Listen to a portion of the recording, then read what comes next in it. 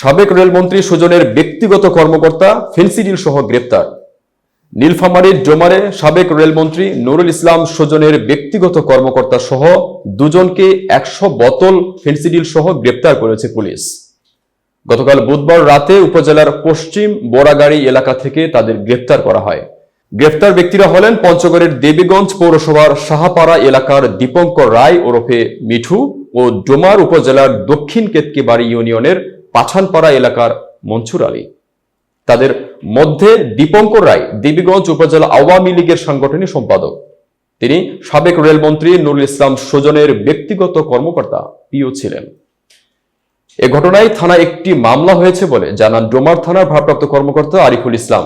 তিনি বলেন, গোপন সংবাদের ভিত্তিতে রাতে জানতে পারি ওই এলাকায় মাদক কেনাবেচা চলছে।